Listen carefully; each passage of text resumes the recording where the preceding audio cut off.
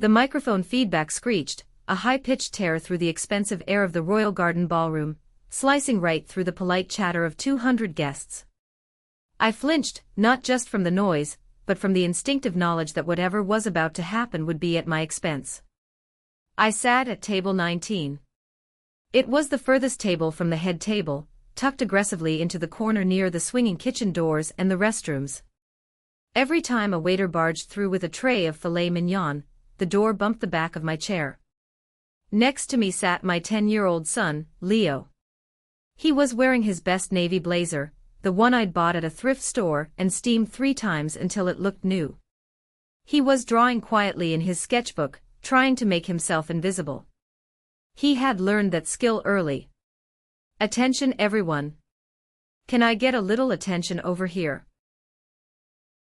My sister, Jessica, stood at the head table. She looked undeniably stunning. Her dress was a Vera Wang custom piece, silk and hand-stitched lace, costing more than my car. Her hair was a cascading waterfall of blonde waves, secured with a diamond tiara that sparkled under the chandeliers. She looked like a princess. She looked like a lie. I took a sip of my water. It was lukewarm. The wine glasses at our table had been removed before we even sat down. I just want to thank everyone for coming to celebrate my perfect day, Jessica cooed, her voice dripping with that practiced sweetness that fooled everyone but me. She draped an arm around her new husband, Ethan. Ethan Carter, CEO of Carter Tech. A good man. A man who looked increasingly uncomfortable as the night wore on. We have so many important people here, Jessica continued, scanning the room. Senators, business tycoons, influencers. But. She paused for dramatic effect, her eyes locking onto the dark corner where I sat. A cruel smirk tugged at the corner of her perfectly lipsticked mouth. I also want to give a special shout-out to the charity cases. The room went quiet. Leo stopped drawing. He looked up at me, his large, dark eyes filled with that premature wisdom that sick kids always seem to develop. I put a hand on his shoulder, squeezing gently. Don't react, I told myself. Do not give her the satisfaction. My big sister, Ruby, Jessica announced, pointing a manicured finger directly at me. The spotlight operator taking the cue, swung the beam across the room, blinding me. I blinked, shielding my eyes, feeling the heat of 200 pairs of eyes burning into my cheap department store dress. There she is. Jessica laughed, the sound tinkling like broken glass. You know, Ruby is a single mom. A widow, actually. It's so tragic. She works as a, what is it again, Ruby? A bookkeeper. Just crunching numbers in a dusty back office while life passes her by. My mother, Brenda, seated prominently next to the bride, let out a loud, cackling laugh. She clapped her hands, nodding in agreement. That's right. Anyone interested in taking her home? She's a package deal, comes with a kid, and a lot of baggage. The guests laughed. It wasn't a warm laugh. It was that nervous, awkward chuckle of people who know something is cruel, but don't want to break social convention by not joining in. I felt the heat rise up my neck. It wasn't shame. I had passed shame years ago. It was a cold, hard knot of fury. I looked at the floral centerpiece on my table, white orchids imported from Thailand. $350 per arrangement. I knew the price because I had processed the invoice at 2 a.m. 3 weeks ago. I looked at the champagne flowing at the VIP tables. Dom Perignon, 2012 vintage. $250 a bottle. I knew that price too. She couldn't even afford a wedding gift, bless her heart, Jessica continued, leaning into the microphone, performing for her audience. But I told her, Ruby, your presence is enough. We need someone to show us what happens when you don't make good choices, right? More laughter. Ethan, the groom, shifted in his seat. He pulled his hand away from Jessica's waist. He looked at me, squinting through the spotlight's glare. There was confusion on his face. He looked from Jessica to me, and then down at Leo. "Mommy," Leo whispered, his voice trembling. "Can we go home? My chest hurts." I turned to my son. His face was pale. The stress wasn't good for his heart. The doctors had been clear: keep stress low, keep his heart rate steady until the surgery. The surgery that was supposed to happen next month. The surgery I had been saving for since he was born. "Soon, baby," I whispered back, smoothing his hair. "Very soon." Jessica wasn't done. "Anyway, enjoy the free meal, Ruby. Try not to take any silverware home, okay?" We counted it. My mother leaned over to the woman next to her, the mayor's wife, and said loud enough for the microphone to pick up, "She's always been the jealous one. Can't stand that her sister is the golden girl." I gripped the tablecloth. My knuckles turned white. Jealous. They thought I was jealous. I wasn't jealous. I was exhausted. I was the one who had kept the roof over their heads for 10 years since Dad died. I was the one who paid for my mother's anxiety medication, which was mostly Chardonnay and shopping trips. I was the one who had fixed Jessica's credit score 3 times so she could rent an apartment. And today, I was the one sitting at the table by the toilets, being mocked for being poor, while surrounded by $100,000 worth of luxury that I had paid for. But they didn't know that yet. They thought I was just Ruby the doormat. Ruby the ATM, Ruby the failed daughter who got pregnant young and lost her husband to a drunk driver. They didn't know that in my purse, tucked inside my worn-out leather notebook, I had receipts. Not just store receipts. I had bank statements. I had emails. I had the truth. I looked up at the head table. Jessica was beaming, raising her glass for a toast, basking in the adoration. My mother was preening like a peacock. They looked so confident. So untouchable. Enjoy it, I thought, a cold calm settling over me like a blanket. Drink the champagne. Eat the cake. Because the bill is coming due, and I am done paying it. I took a deep breath, the scent of expensive lilies and betrayal filling my lungs.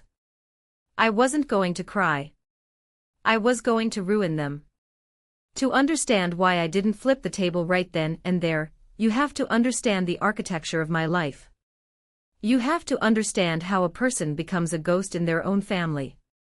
I live my life in a series of spreadsheets. Debits on the left, credits on the right. I own a small bookkeeping firm called Miller Solutions.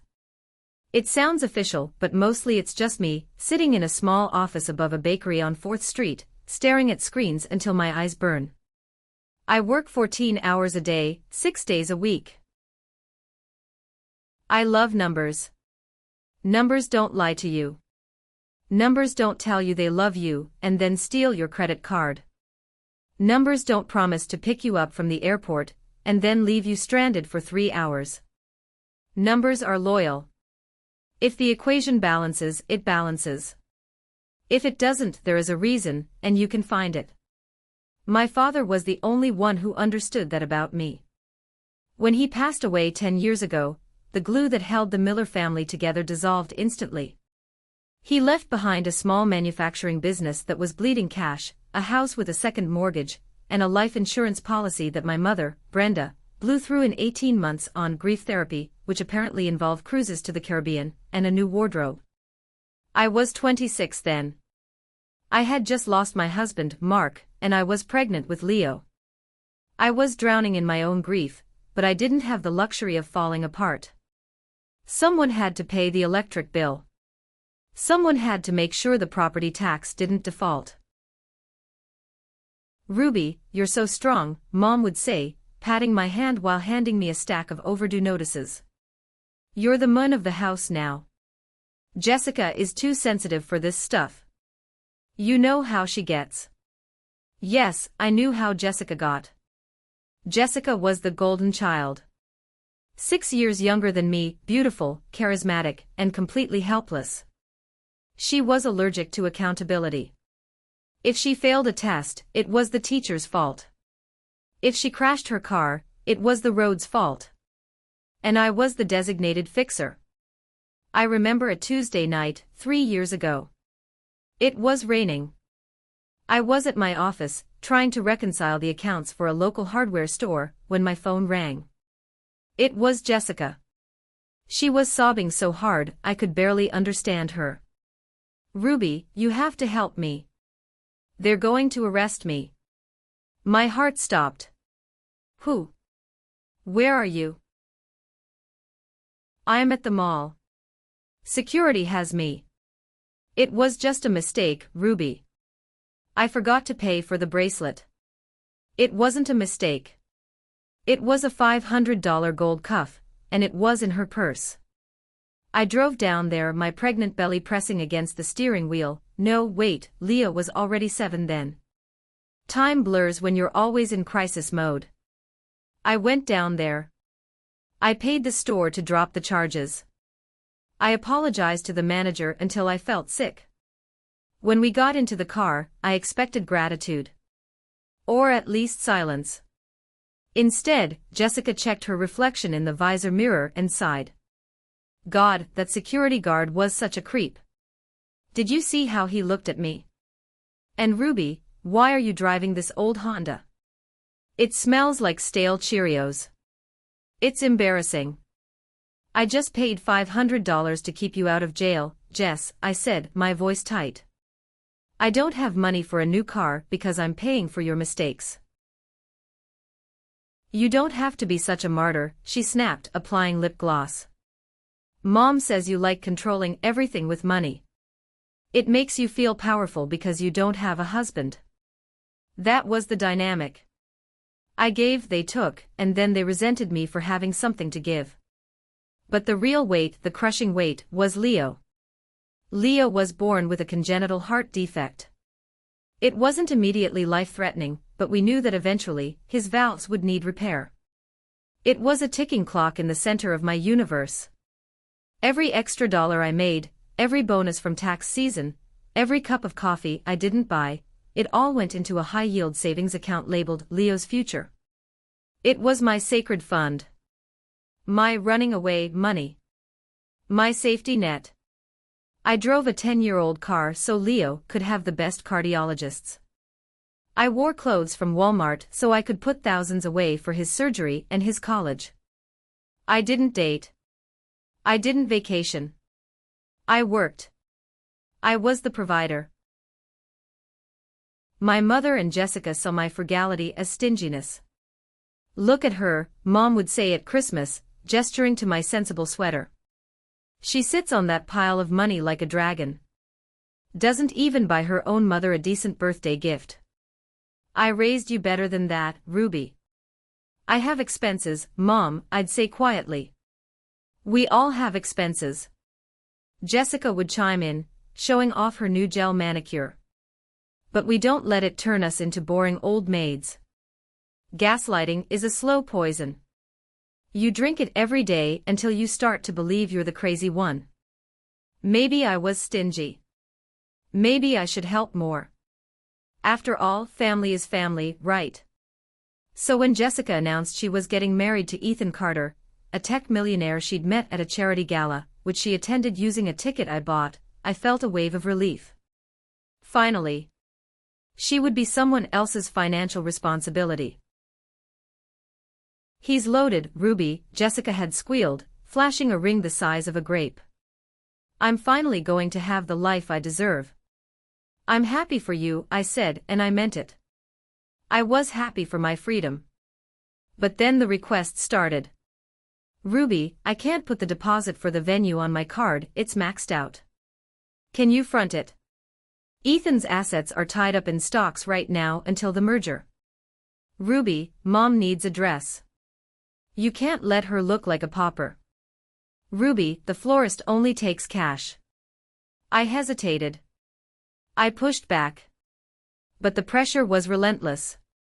Don't you want your sister to be happy? Mom would ask, clutching her chest. Your father would be so disappointed in your selfishness. He told me on his deathbed, Brenda, make sure Ruby takes care of Jessica. I don't know if he ever said that. But guilt is a powerful weapon. So I wrote the checks. It's a loan, I told them. I'm keeping a ledger. Once Ethan's money clears, you pay me back. Of course, silly, Jessica laughed. You and your little notebooks. You'll get every penny. I kept every receipt. I logged every transaction in my leather notebook. Not because I was petty. But because deep down, the accountant in me knew, bad debt is rarely recovered. But even I couldn't predict just how deep the rabbit hole went. I thought I was just paying for a wedding. I didn't know I was paying for my own destruction. 3 months before the wedding, I met Ethan Carter properly. Until then, he had been a phantom, a name attached to Jessica's boasts, a face in the society pages, a silhouette in the distance. Jessica kept him separated from us, treating him like a prize she didn't want to share. She claimed he was too busy with the merger to come to family dinners. I suspected she just didn't want him to see the messy reality of the Miller family, the peeling paint on Mom's house, the way Mom drank box wine at 4 p.m., or her boring, number-crunching sister. But Mom insisted on a formal, meet-the-family dinner. We have to make a good impression, Mom commanded, frantically dusting the living room. Ruby, wear something nice. Not that gray cardigan you live in. And tell Leo not to stare. It's rude. Leo doesn't stare, Mom. He observes, I corrected, straightening Leo's collar. Leo was clutching his favorite book, The Cosmos, A Guide to the Universe. When Ethan walked in, the room seemed to shrink. He was tall, with shoulders that filled out his cashmere sweater, and a jawline that looked carved from granite. But it was his eyes that caught me off guard. They weren't the cold, calculating eyes of the corporate sharks I usually dealt with. They were warm, crinkling at the corners, a soft hazel that seemed to actually see things. Jessica was hanging off his arm like a decorative purse. Here they are, she announced. My quaint little family. Ethan smiled politely at Mom, handing her a bottle of expensive scotch. Mrs. Miller, lovely to meet you. Then he turned to me. And you must be Ruby. He extended a hand. His grip was firm, dry, and surprisingly gentle. I've heard some things about you. I stiffened. I could only imagine what Jessica had told him. That I was a miser. A bore. A charity case. Nice to meet you, Ethan, I said, keeping my face neutral. The dinner was an exercise in torture. Mom and Jessica dominated the conversation, talking about the wedding theme, Parisian chic, the guest list, exclusive, and Jessica's career in lifestyle consulting, which meant posting photos of lattes on Instagram. Ethan nodded politely, but I saw his gaze drifting. He looked bored. Until he looked at Leo. Leo had pushed his peas to the side of his plate, and was reading his book under the table. Jessica kicked him under the table. Put that away, she hissed. Leo jumped, dropping the book. It landed open on the floor. Ethan bent down before I could. He picked up the heavy hardcover. Carl Sagan, he said, looking at the cover. He looked at Leo, really looked at him. You like astronomy, buddy? Leo hesitated, looking at Jessica for permission to speak. When she rolled her eyes, he nodded shyly. Yes, sir. I want to be an astrophysicist. No way, Ethan grinned, and suddenly the corporate CEO vanished, replaced by a geeky excitement. I built my own telescope when I was 12. Used a mirror from my mom's vanity. Got in huge trouble, but I saw the rings of Saturn. Leo's eyes went wide. You saw the Cassini division? Clear as day, Ethan said. Next time I come over, I'll bring my Sealstron. We can look for the Andromeda Galaxy. For the next 20 minutes, the two of them were in their own world. They talked about black holes, nebulas, and event horizons. I watched them, a lump forming in my throat. Leo never had a father figure. My husband died before Leo was born. To see a man talk to him not as a nuisance, but as an intellectual equal, it broke my heart in the best way. Jessica, however, was not pleased. She cleared her throat loudly. Ethan, honey, you're boring everyone. Leo doesn't understand all that tech stuff. Actually, Ethan said, not looking away from Leo, he understands it better than most of my engineers. Your nephew is brilliant, Jessica. Jessica's smile tightened into a grimace. Well, he's special. Ruby homeschools him sometimes because he gets tired at regular school. He has a heart condition, I said, my voice cutting through the tension. He's not special in the way you mean. He's sick. The table went quiet. Ethan looked at me, his expression shifting from joy to something deeper. Sorrow. Recognition. Heart condition. Ethan asked softly. Hypoplastic left heart syndrome, I recited automatically. He's waiting for a reconstructive surgery. Ethan went pale. He put his fork down. He looked at me, studying my face, searching for something. Hospitals, he murmured. You spend a lot of time in hospitals. Too much, I admitted. Memorial Children's Hospital, he asked. I nodded. That's our second home. Why? Ethan opened his mouth to say something, but Jessica knocked over her wine glass. Red wine flooded the white tablecloth. Oops, she squealed. Look what I did. Ruby, get a towel, quick. The moment was broken. I jumped up to clean the mess, reverting to my role as the servant.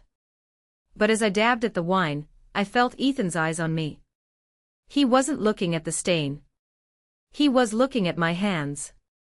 Specifically at the small, crescent-shaped scar on the back of my left hand, a burn from a soldering iron when I tried to fix a toaster years ago to save $20.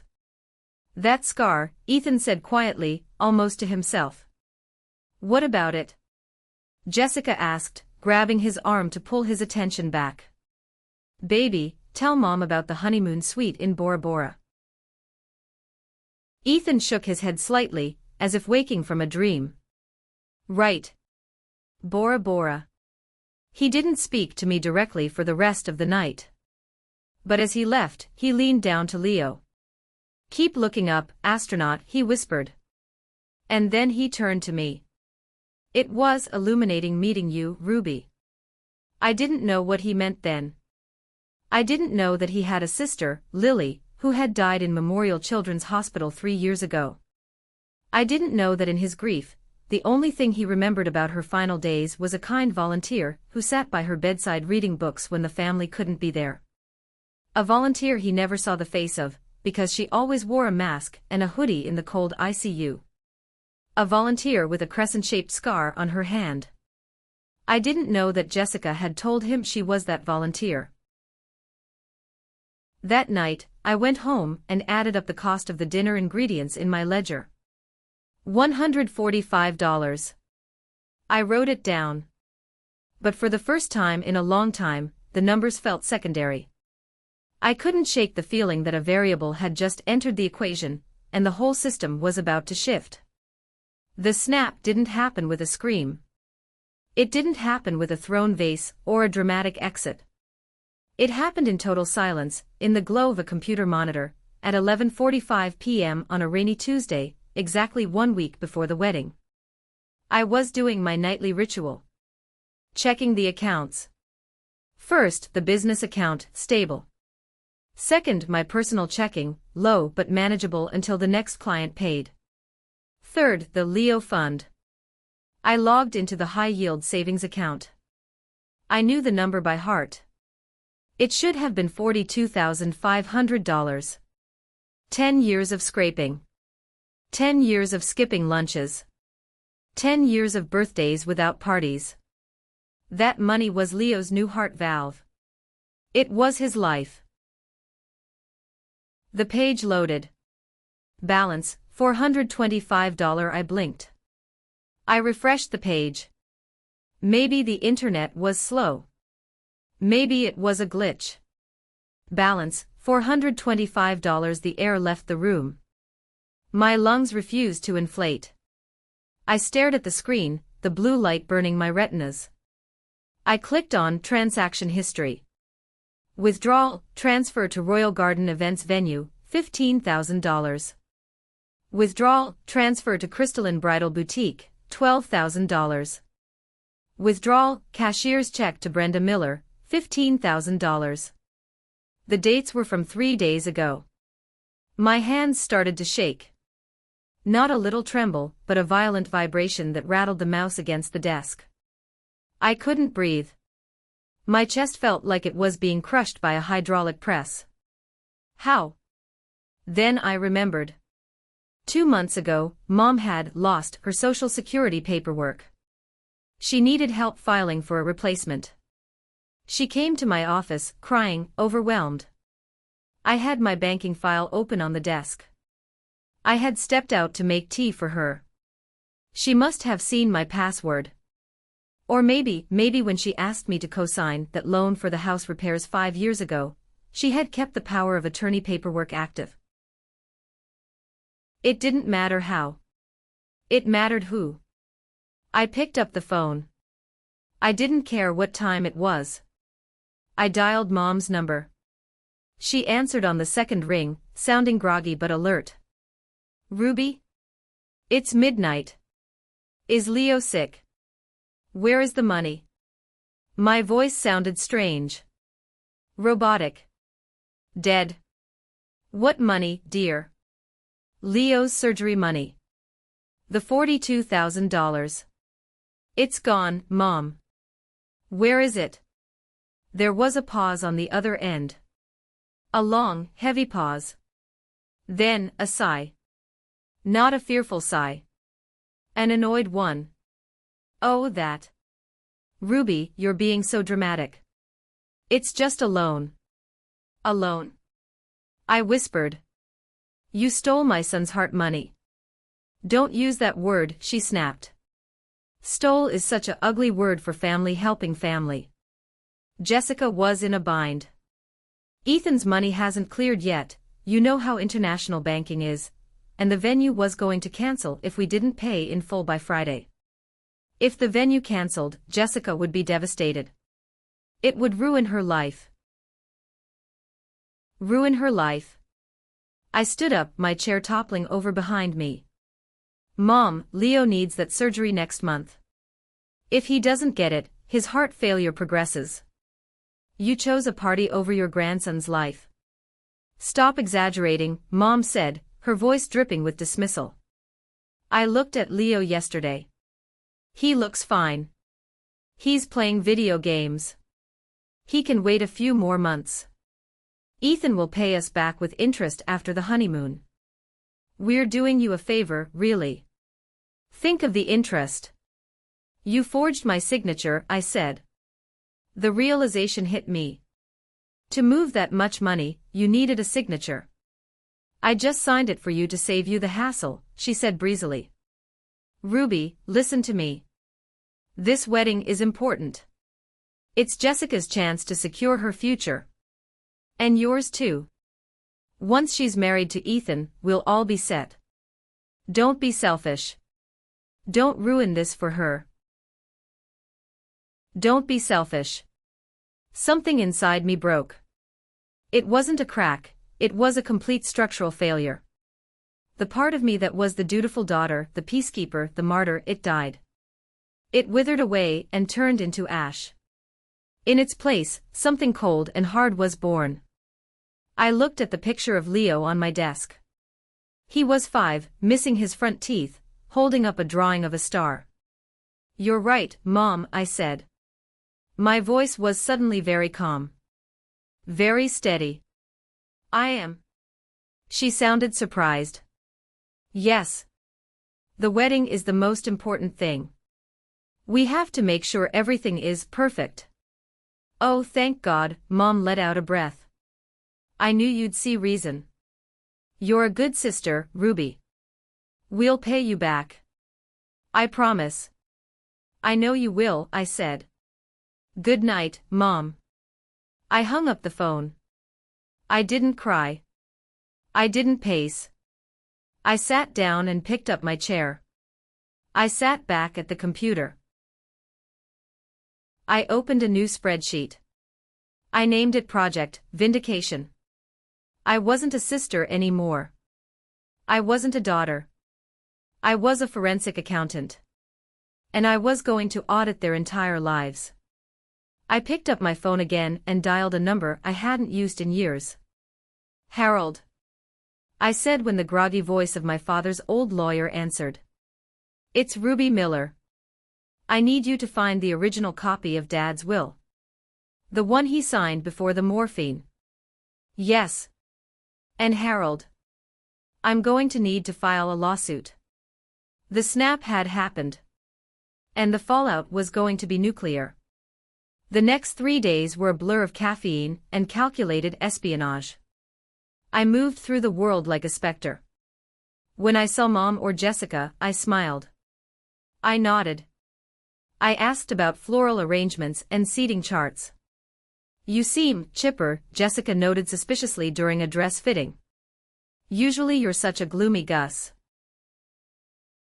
I'm just happy for you, Jess, I said, smoothing the train of her dress. It's going to be a day to remember. While they were distracted with spray tans and cake tastings, I went to work. My first stop was digital. I handle the taxes for the entire family. They gave me their passwords years ago because they were too lazy to remember them. They thought I was their servant, they forgot I was the gatekeeper. I logged into Jessica's email. I searched for Ethan. I found hundreds of emails. But not love letters. I found threads with her friends.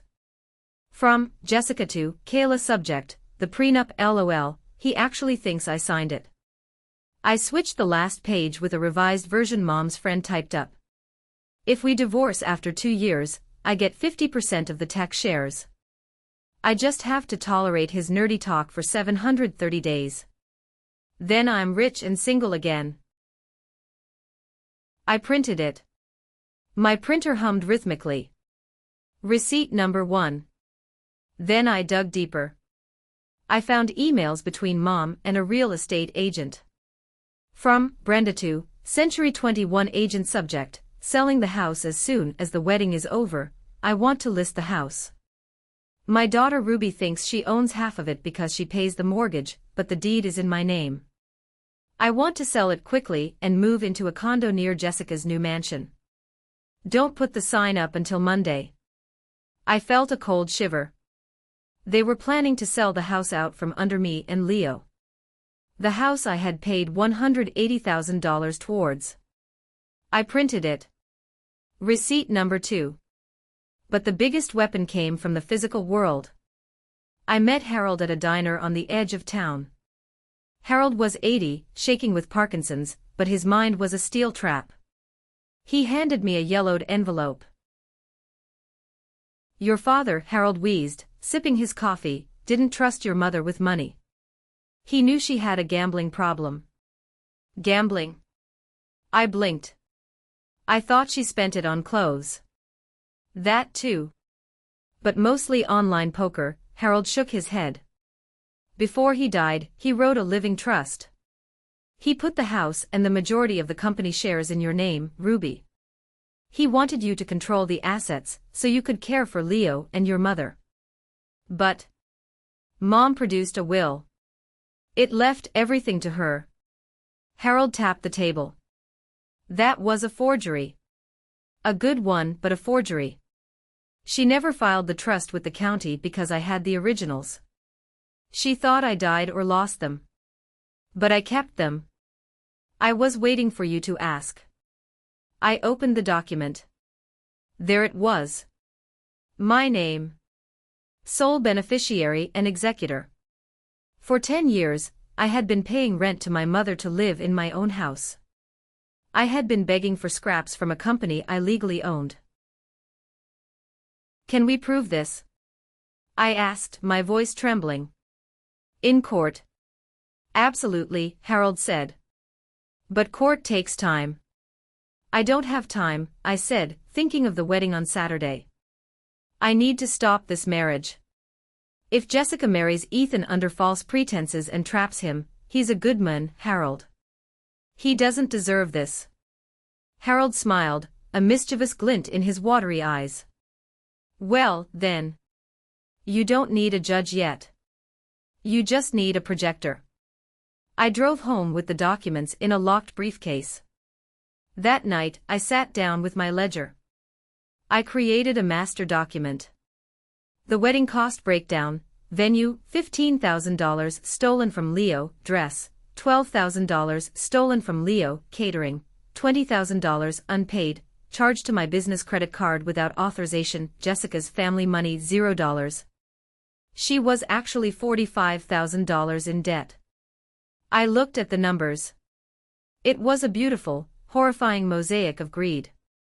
Then, my phone buzzed. A text from an unknown number. Meet me at the parking lot of the bakery. Midnight. Bring the laptop. I hesitated. But curiosity won. I drove to the bakery. A dark sedan was waiting.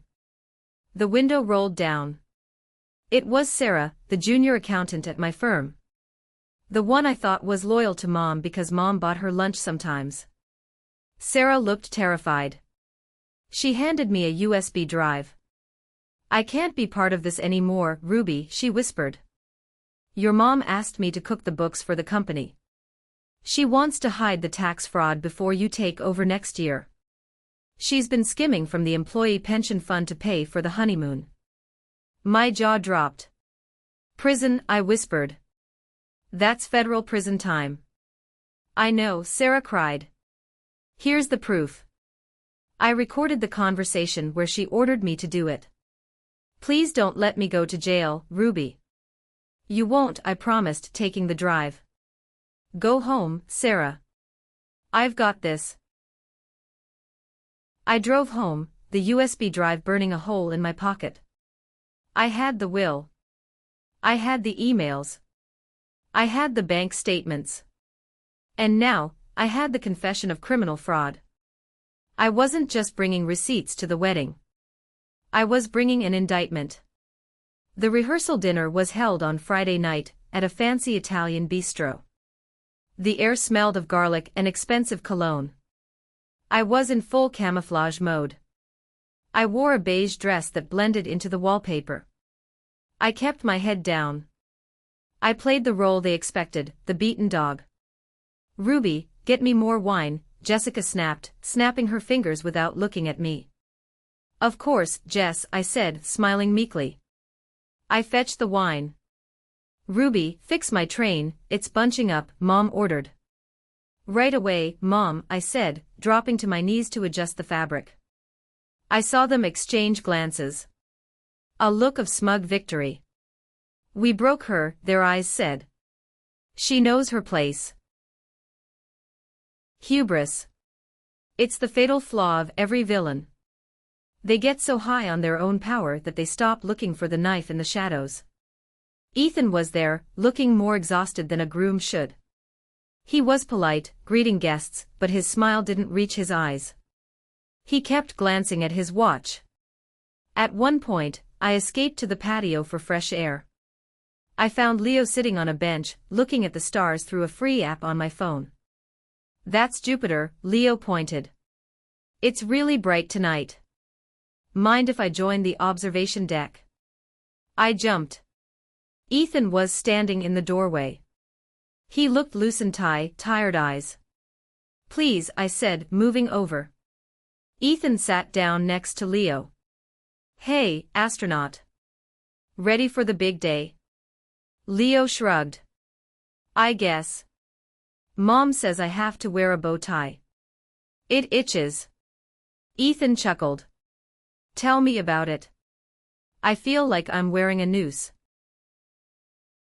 The laughter faded. Silence stretched between us. It was heavy, pregnant with unsaid things. Ruby, Ethan said softly. Can I ask you something weird? My heart hammered. Sure. At the hospital, when my sister was there. There was this volunteer. She used to read The Little Prince to Lily. Lily loved her. She said the girl smelled like vanilla and old paper. I froze. That was my perfume. Cheap vanilla body spray, and the smell of the old books I always carried. Jessica says it was her, Ethan continued, his voice tight. But Jessica, she hates reading. And she wears Chanel No. 5. It smells like chemicals. He turned to look at me. His eyes were intense, pleading. Was it you, Ruby? I looked at him. I wanted to scream yes. It was me. I held her hand while she cried. I drew stars for her. Your fiancé was at a club in Miami that weekend. But I couldn't. Not yet. If I revealed it now, the wedding might be called off privately. Jessica would spin a lie, cry, manipulate him back. I needed the explosion to be public. I needed witnesses. I needed the destruction to be total so she couldn't crawl back out of the rubble. Does it matter? I asked softly. Ethan held my gaze. Truth matters. Integrity matters. Then you should trust your instincts, Ethan, I said cryptically. Tomorrow, just keep your eyes open. Okay. He looked confused, but he nodded. Okay. Inside, Jessica started tapping a spoon against her glass. Speech. I want to make a speech. We went back inside. Jessica stood up, swaying slightly. She was drunk. I just want to say, she slurred, that I am so lucky. I'm marrying a billionaire. She giggled. And I have the best family. Even my sister Ruby, who is a total buzzkill, helped out. She lent me some money. Well, gave me money. Because that's what family does, right? They serve you. The guests laughed. Mom clapped. I stood in the back, my hand clutching my purse. Inside was the USB drive. Laugh now, I thought. Laugh it up, Jessica. Because by this time tomorrow, you won't even be able to get a credit card at Target. I walked over to the AV guy, a teenager named Kyle, who was packing up his gear. Hey, I said, slipping him $100 bill. For the wedding reception tomorrow. I have a special slideshow for the bride. A surprise. Can I give you the file in the morning? Kyle looked at the money, then at me. The bride usually approves everything. It's a sister thing, I lied smoothly. Childhood photos. Really embarrassing stuff. She'll love it. Kyle shrugged and pocketed the cash. Sure. Just get it to me before the speeches. You're a lifesaver, I smiled. The trap was set. The morning of the wedding was a masterclass in chaos. The bridal suite at the hotel smelled of hairspray and desperation. Jessica was a tyrant. She made one bridesmaid cry because her hair was too voluminous and would distract from the bride. She threw a bagel at the makeup artist because it had poppy seeds. I was in the corner, steaming the veil. Ruby. Jessica shrieked. Where is Leo? He better not be messing up his suit. He's in the lobby reading, I said calmly. Well, keep him there, she snapped. And listen. The photographer is coming at noon. I don't want Leo in the official family portraits. I stopped steaming. Excuse me. He looks sickly, Jessica said, examining her pores in the mirror. He's pale. And he stands weird. It ruins the aesthetic. We'll do a few with him later, with your phone or something. But for the magazine submission, I want just the beautiful people. The air in the room dropped 10 degrees. He's your nephew, I said, my voice low. He worships you. He's a prop, Ruby, she sighed. Let's be real. He's depressing to look at. He reminds people of sickness. I want today to be about life and vitality. I looked at Mom. Surely, the grandmother would step in. Mom was sipping a mimosa. She has a point, Ruby. It's her day. Don't be difficult. Leo understands. Leo understands. Leo understood that he was unlovable to them. That's what he understood. I felt a physical pain in my chest, a burning rage that threatened to consume me. But I swallowed it. I pushed it down into the furnace of my resolve. Okay, I said. No Leo in the photos. Good, Jessica dismissed me. Now go get me more ice. This champagne is warm. I walked out of the suite. I walked down the hall to the lobby. I found Leo. He was sitting in a large armchair, looking small and fragile. Mom, he asked. Is it time for photos? I knelt down in front of him. I took his small hands in mine. Change of plans, buddy, I said. We're going to do our own photos. Better ones. Is Aunt Jessica mad at me? No, I said fiercely. She's not who we thought she was. But listen to me, Leo. Today is going to be a strange day. People might yell. Things might get loud. But I need you to know something. What? You are the most important thing in the world. And today, Mommy is going to fix everything. I'm going to get your heart money back. I promise. He nodded, trusting me blindly. I went to the car. I retrieved my laptop. I retrieved the Project Vindication folder. I walked into the ballroom while the ceremony was happening outside in the garden. The room was empty except for the staff setting up. I found Kyle, the AV guy. Here's the surprise, I said, handing him the USB. It's all in a PowerPoint. Just play it when I give the signal. Signal. I'll stand up and raise a glass, I said. When I do that, you hit play. And lock the doors to the control booth. Kyle looked at me, a little freaked out by my intensity. Is this gonna get me fired? No, I said. It's going to get you 1 million views on TikTok. Trust me. I went out to the garden just as the vows were starting. I stood in the back.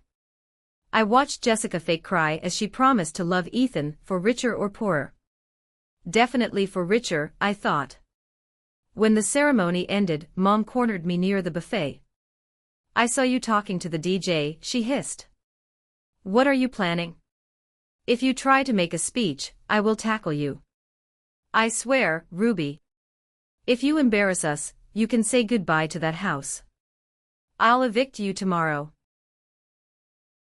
I wouldn't dream of making a speech, Mom, I said, my face a mask of calm. I'm just here for the cake. She eyed me suspiciously, then hurried off to schmooze with a senator. She didn't know that the house wasn't hers to evict me from anymore. She didn't know the game was already over.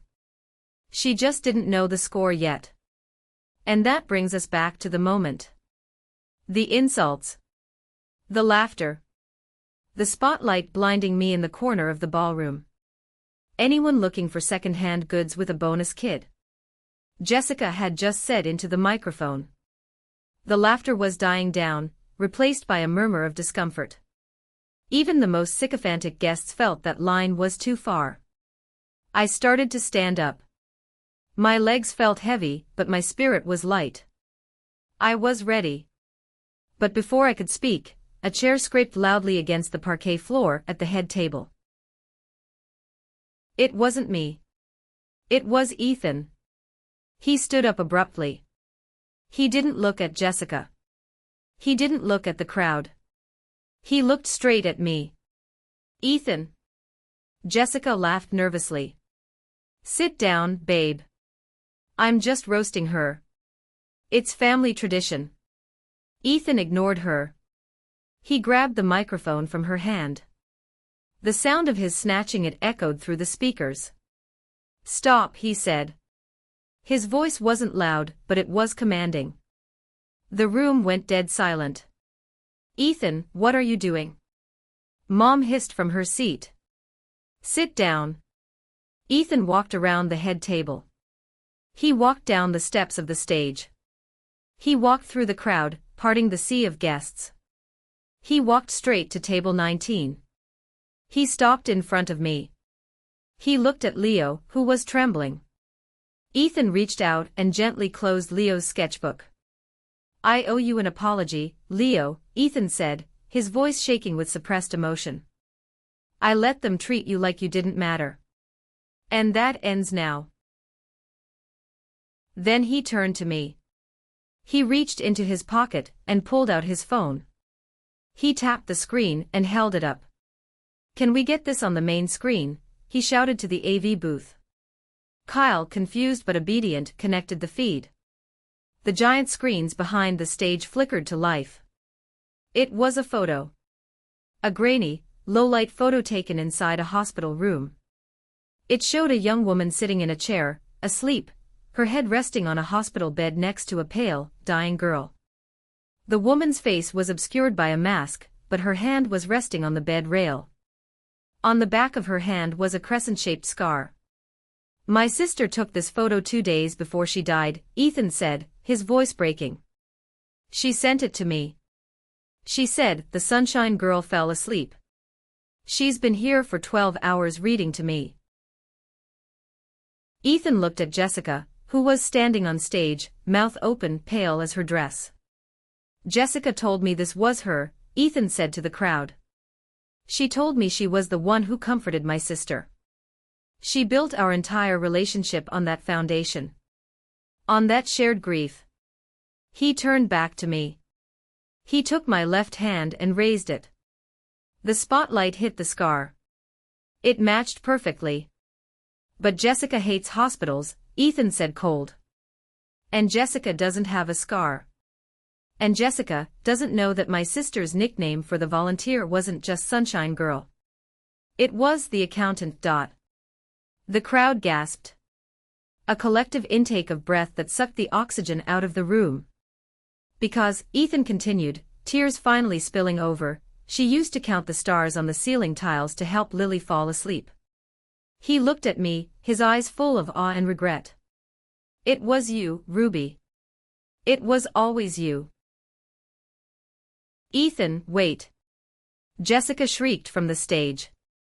She ran down the stairs, tripping on her dress. "He's lying.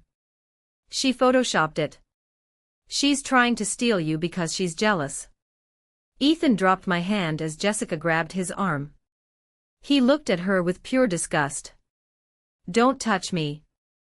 Baby, please," she wailed, turning on the tears. "She's manipulating you. Look at her. She's a nobody. She's just a bitter, broke single mom." I stepped forward. The sadness was gone. The hesitation was gone. "Actually," I said, my voice clear and strong without a microphone, "I'm not broke. And I'm certainly not paying for this anymore." I looked up at the booth. I caught Kyle's eye. I nodded. "Hit it," I said. The screen went black for a second. Then, a giant, red header appeared, "The real cost of this wedding, a financial audit." The first slide faded in. It was a bank statement. Source of funds, Leo's Heart Surgery Fund. Amount stolen, $42,000. Authorized by, forged signature of Ruby Miller. The crowd didn't just gasp. They screamed. The silence in the ballroom wasn't just quiet, it was a vacuum. It felt like all the oxygen had been sucked out of the room, leaving 200 people gasping for air. On the massive LED screen behind the stage, the bank statement was 10 feet tall. You could see every pixel of the truth.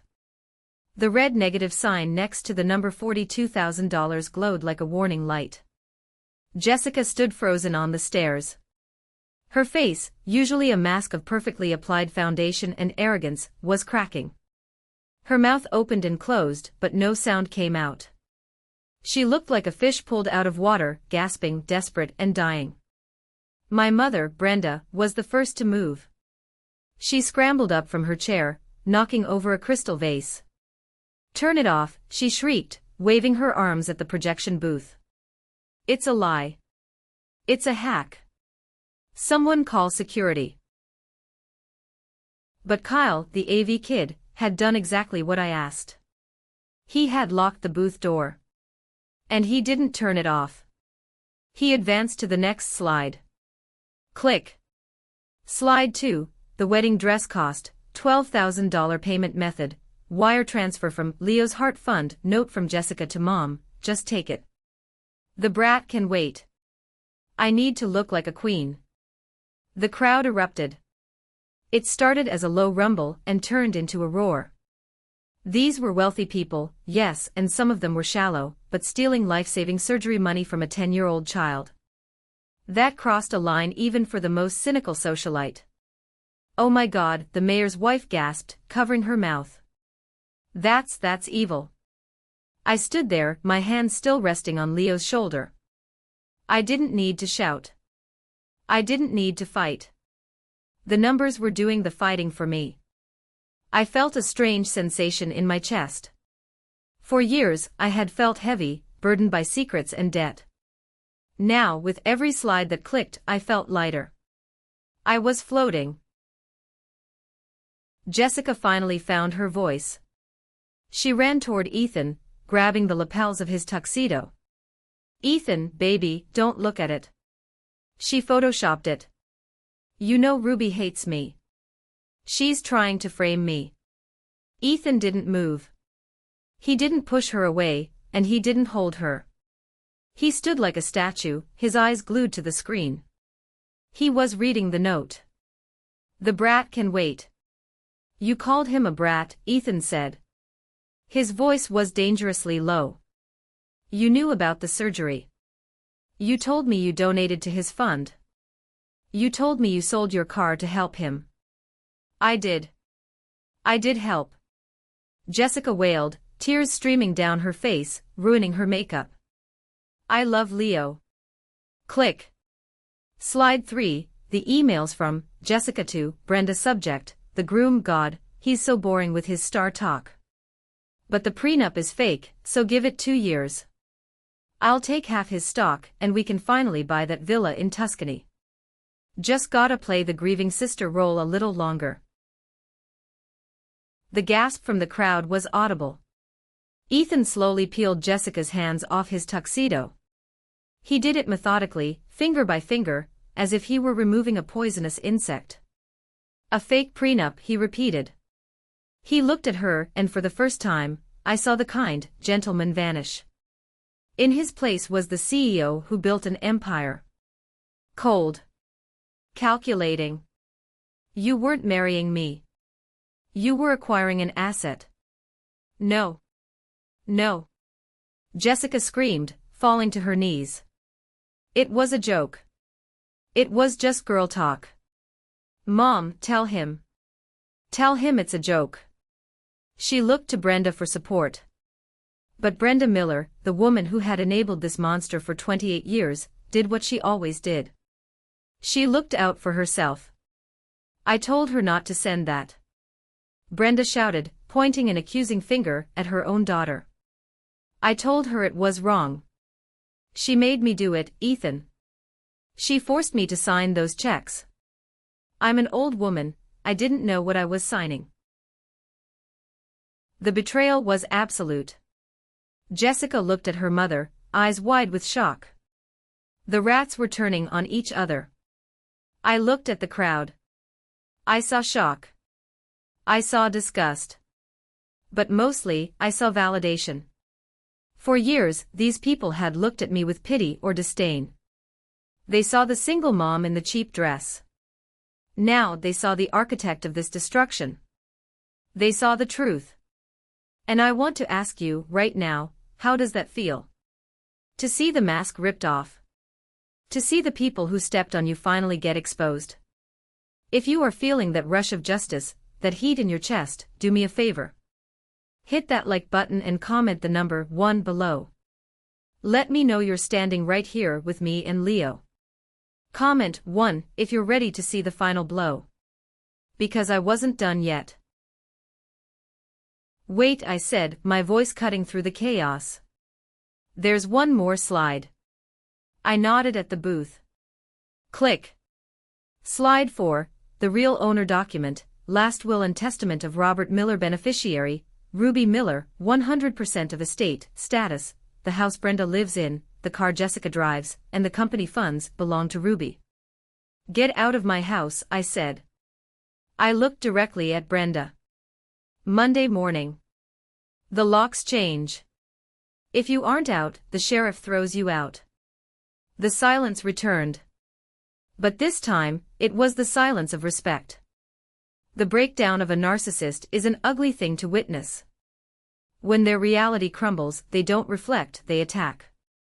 Jessica stood up from the floor. Her white dress was stained with dirt from where she had kneeled. Her face was a ruin of mascara and snot. She looked at me, and her eyes were black holes of hate. You witch, she screamed. She lunged at me. You ruined my life. I'm the bride. This is my day. You're just a jealous, miserable cow. She was fast, fueled by adrenaline and humiliation. She reached for my hair, her nails extended like claws. But she never reached me. A hand grabbed her wrist midair. It wasn't Ethan. It was a large, uniformed police officer. I hadn't called them. Ethan had. Jessica Miller, the officer asked, twisting her arm behind her back. We have a warrant for your arrest. Arrest? Jessica shrieked. For what? Being a bride. Get off me. Do you know who I am? Grand larceny, fraud, and identity theft, the officer recited, snapping the handcuffs onto her wrists. The metallic click-click was the most satisfying sound I had ever heard. Given the amount stolen exceeds $10,000, it's a felony. Mom! Jessica screamed, thrashing as they dragged her toward the exit. Mom, do something. Pay them. Fix this. Brenda stood by the buffet table, clutching her purse. She was pale, shaking. She looked at the police, then at her daughter, then at me. I can't, Brenda whispered. I don't have any money. Ruby has it all. You traitor. Jessica howled as she was hauled out of the ballroom, her expensive custom veil dragging through the dirt on the floor. I hate you. I hate all of you. The doors swung shut behind her.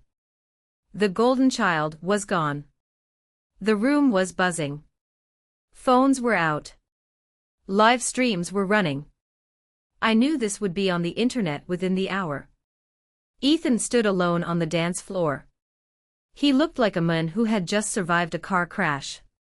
He looked at the empty archway where he was supposed to say I do. Then he turned to the guests. Go home, he said, his voice hollow. The wedding is cancelled. The food will be donated to the homeless shelter downtown. Please. Just leave. Slowly, the guests began to filter out. They whispered, they stared, but they left. I started to gather Leo's things. Come on, Leo. Let's go. Wait. Ethan walked over to us. He stopped a few feet away, as if he was afraid to get too close, afraid his proximity might contaminate us with the toxicity of his almost in-laws. Ruby, he said.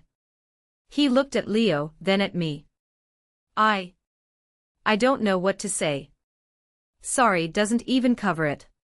You didn't know, I said. They are professionals at this. You were just the mark. I should have seen it, he said bitterly. I build algorithms that detect fraud for a living, and I couldn't see it in my own bed. He ran a hand through his hair. The money, the surgery. I'll write you a check right now. Double it. Whatever you need. I don't want your charity, Ethan, I said, lifting my chin. I just want what's mine. I'll get it back through the courts. It's not charity, he said fiercely. It's penance. And it's gratitude. For my sister. For Lily. He looked at my hand, at the scar. Tears welled up in his eyes again. She died peacefully because of you. You gave me that. Please. Let me fix the heart of the boy who drew stars for her. I looked at Leo. He was tired. His color was off. He needed that surgery. Pride was a luxury I couldn't afford. Okay, I whispered. For Leo. Ethan nodded. He pulled a checkbook from his inner jacket pocket, the only thing he had on him. He wrote a check, tore it out, and handed it to me. I looked at the number. It wasn't 42,000. It was 500,000. Ethan, I gasped. This is for the surgery, he said. And for the house. And for the years of therapy you're both going to need after dealing with them. Please. Take it. I folded the check. My hands were trembling again, but this time from relief. Thank you, I said. As we walked out to the parking lot, I passed my mother. She was sitting on a curb outside the venue, crying into her hands. Not the fake, manipulative crying she usually did. This was the terrified sobbing of a woman who realized she had no cards left to play. Ruby, she whimpered when she saw my old Honda approaching. Ruby, can I get a ride? I don't have a way home. I rolled down the window. You can take an Uber, Mom. Oh wait, you don't have a credit card anymore, do you? Where will I sleep? She begged. You can't do this to your mother. I'm not doing anything to you, I said, shifting the car into drive. I'm just letting you experience the consequences of your own actions. It's called adulthood. You should try it. I rolled up the window and drove away. I watched her figure shrink in the rearview mirror until she was just a speck of dust, and then she was gone. The next month was a blur of logistics, but for the first time in my life, I wasn't cleaning up a mess. I was building a foundation. Monday morning, I arrived at the house with the sheriff and a locksmith. Mom was there, trying to pack the silver into a suitcase. Put it back, I said, leaning against the doorframe.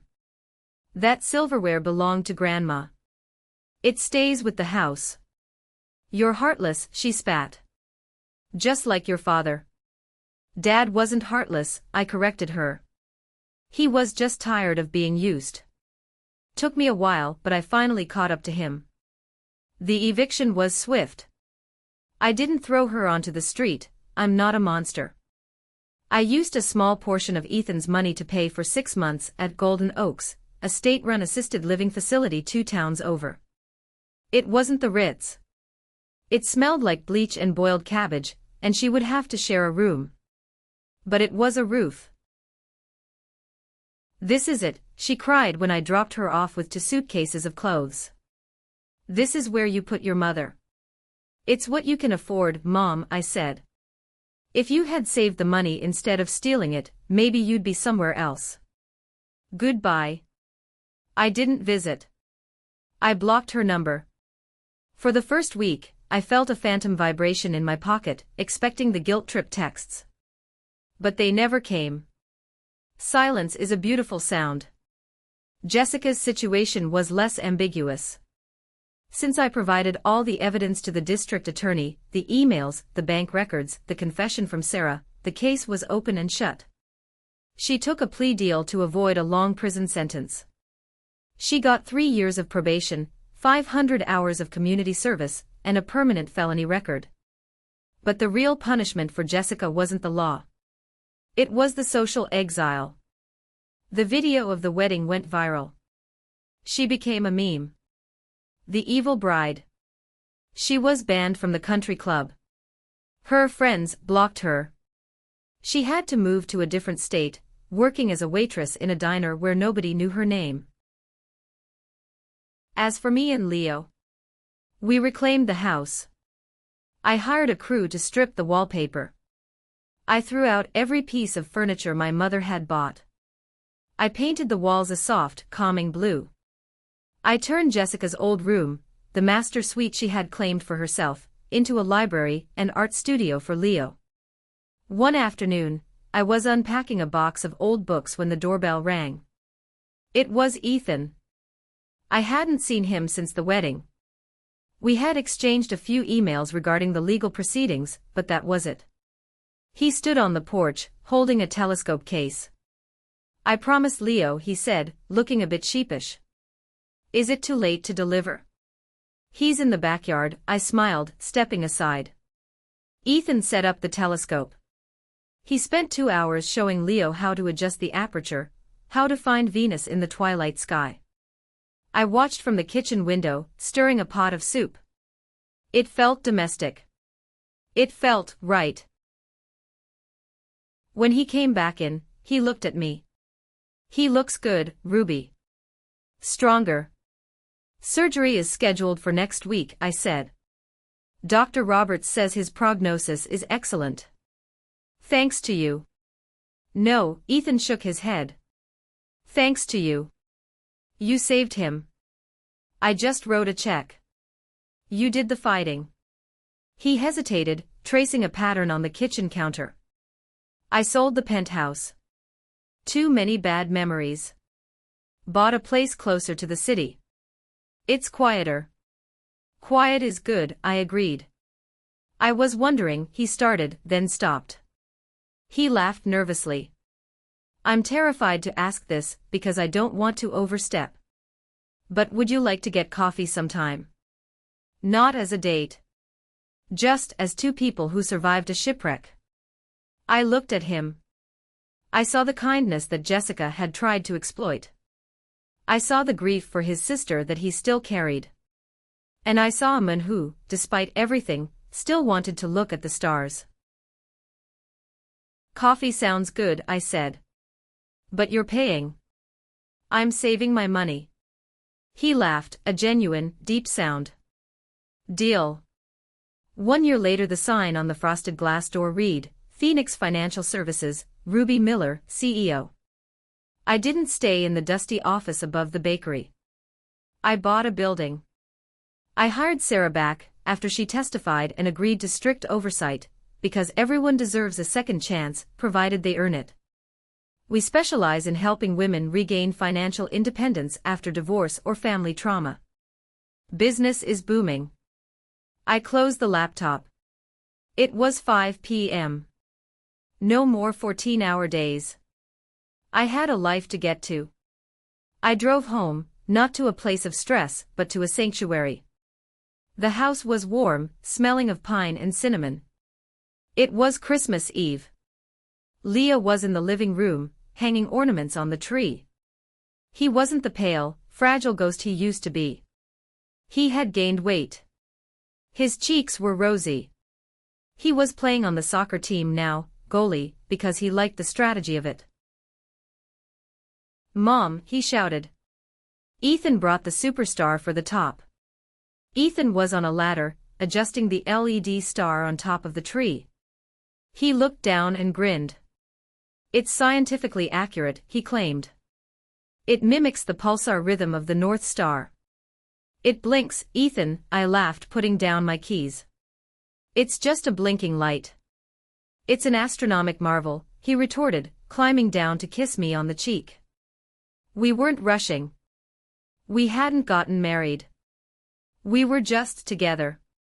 We were taking it slow, building trust brick by brick. He was patient. I was healing. It was the healthiest relationship I had ever known. That night, after Leo went to sleep, we sat by the fire. Ethan handed me a small box. "Don't panic," he said. "It's not a ring." I opened it. It was a necklace. A silver pendant shaped like a crescent moon, with a tiny engraving on the back, "The Sunshine Girl." "It belonged to Lily," he said softly. "She told me to give it to someone who reminded me what love really means." "That's you, Ruby. It was always you." I touched the cold metal, tears pricking my eyes.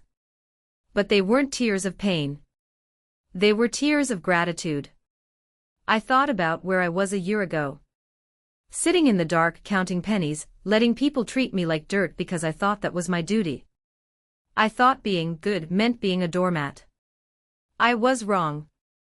Being good means protecting the people you love. Sometimes that means fighting. Sometimes that means burning the whole toxic structure to the ground so you can build something clean on the ashes. I looked at the fire, then at Ethan, then up toward the ceiling where my son was sleeping with a strong, steady heart. I picked up my phone. I opened the banking app. Leo's college fund, $150,000. Status, locked.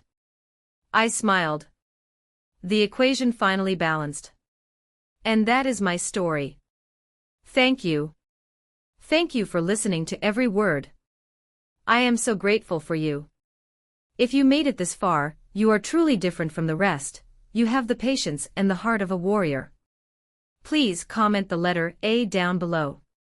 Let me know you are one of the few who finished the journey. If you have ever had to stand up to family, if you have ever had to fight for what was yours, share your story in the comments. I read every single one. And please click that next video on the screen. There are more stories to tell, and I'd love for you to join me for the next one. Goodbye for now.